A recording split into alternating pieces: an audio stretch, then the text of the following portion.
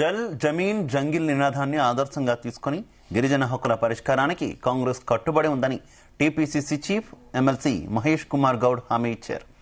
నాగార్జునసాగర్ విజయ్ విహార్ హోటల్లో నిర్వహించిన ఆదివాసీ శిక్షణా శిబిరంలో మహేష్ కుమార్ గౌడ్ పాల్గొన్నారు. సహజ వనరులపై గిరిజనుల హక్కుల కోసం రాహుల్ గాంధీ యాత్ర చేశారని గుర్తు చేశారు.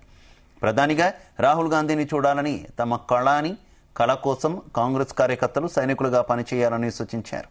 ప్రజల ఆక్రందన, ఆవేదనను అర్థం చేసుకోవడమే రాహుల్ గాంధీ భారత్ జోడో యాత్ర లక్ష్యమని చెప్పారు.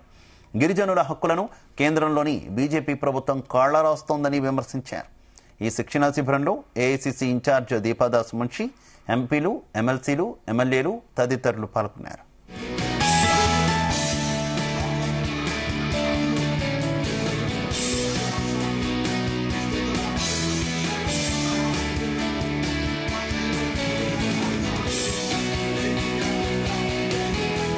సంపదలు కొన్ని సంపన్న వర్గాల చేతులకు తీసుకే రకంగా యాక్ట్ చేస్తా ఉంది.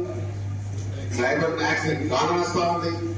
తద్వారా ట్రైబల్ చెందినటువంటి నేచురల్ రిసోర్సెస్, భగవంతుడు ఇచ్చిన సంపద అంతా కూడా కొందరు సంపూర్ణ చేతుల్లోకి తీసుకెళ్లే ప్రయత్నం చేస్తా ఉంది. ఈ క్షణంలో దాన్ని వ్యతిరేకిస్తున్నటువంటి డైరెక్టర్ ఎవరు ఈ దేశంలో అంటే రాహుల్ గాంధీ గారు. నిజంగా కూడా వారికి మనం రుణపడి ఉండాలి. వాళ్ళ ట్రైబల్స్ యొక్క హక్కుల కోసం కాదు, ఎస్సీల హక్కుల కోసం కాదు, బీసీల హక్కుల కోసం కానీ, మైనారిటీ పరిరక్షణ కోసం కానీ తప్పిస్తున్న నాయకుడు దేశంలో ఉన్నాడంటే రాహుల్ గాంధీ గారు. వారికి వెన్నుదండగా ఉండాల్సిన అవసరం ఉంది. ఈ రాష్ట్రంలో అధికారంలో ఉన్నాం కాబట్టి యావత్ దేశానికి ఒక దిక్సూచించే విధంగా ఇవాళ నాగార్జునసాగర్ ఇవాళ ట్రైనింగ్ క్యాంప్ జరుగుతూ ఉంది. నాగార్జునసాగర్ అంటేనే శిక్షణ శిబిరానికి నిలయం.